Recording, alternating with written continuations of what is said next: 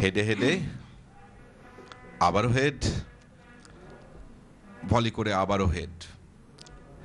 Receive করার চেষ্টা করলেন, ঢুকে পড়ার চেষ্টা সৌদি আরবের 7 নম্বর জার্সি পরিহিত খেলোয়াড় আল মাওলাদ, এবং কিক করেছেন, গোল।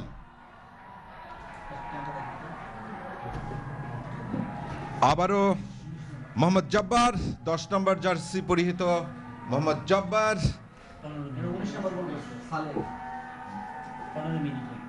15 মিনিটের মাথায় সমতা ফিরিয়ে নিয়ে এলেন। সম্ভবত গোলটি করেছেন সালেহ।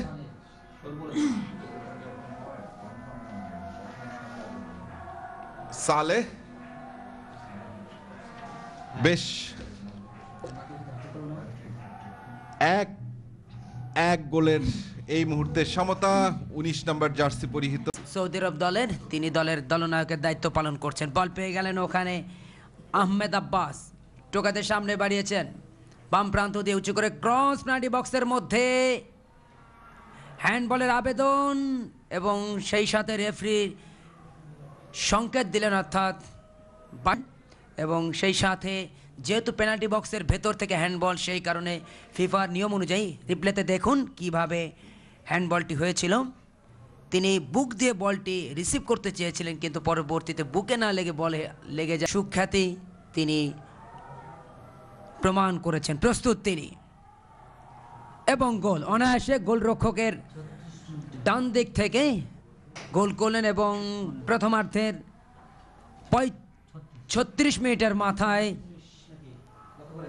15 নম্বর জার্সি পরিহিত খেলোয়াড় ইসমাইল দাউদ তিনি গোল করলেন। ফলে 2-1 গোলে এগিয়ে গেল শক্তিশালী এবং 5 বারের এই এএফসি কাপের চ্যাম্পিয়ন। ভালোবাসেন, তারা মাঠে আসতে ভুল করেননি।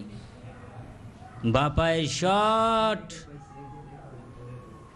গোলপোস্ট এরিনার মধ্যে, তবে কর্নারের বিনিময়ে প্রতিহত করলেন ইরাক দলের আব্দুল কারিম।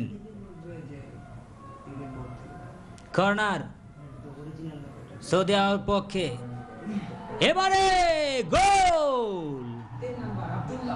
আব্দুল্লাহ 3 নম্বর জার্সি পরিহিত ডিফেন্ডার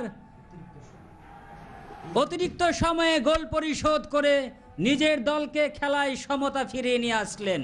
আব্দুল্লাহ ডিফেন্ডারে দেখুন রিফ্লে কিভাবে গোলটি তিনি করেছিলেন, অসাধারণ হেড দিয়ে ওই গোলরক্ষক আজাইল শাহকে পরাস্ত করতে সক্ষম হলেন।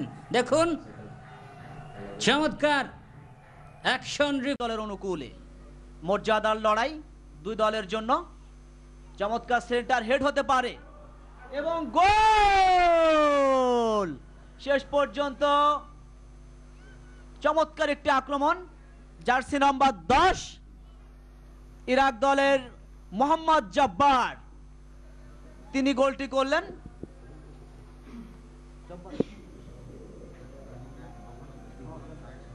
জার্সি নাম্বার 10 নম্বর জার্সিধারী খেলোয়াড় তিনি গোলটি করলেন এবং এটি তার ব্যক্তি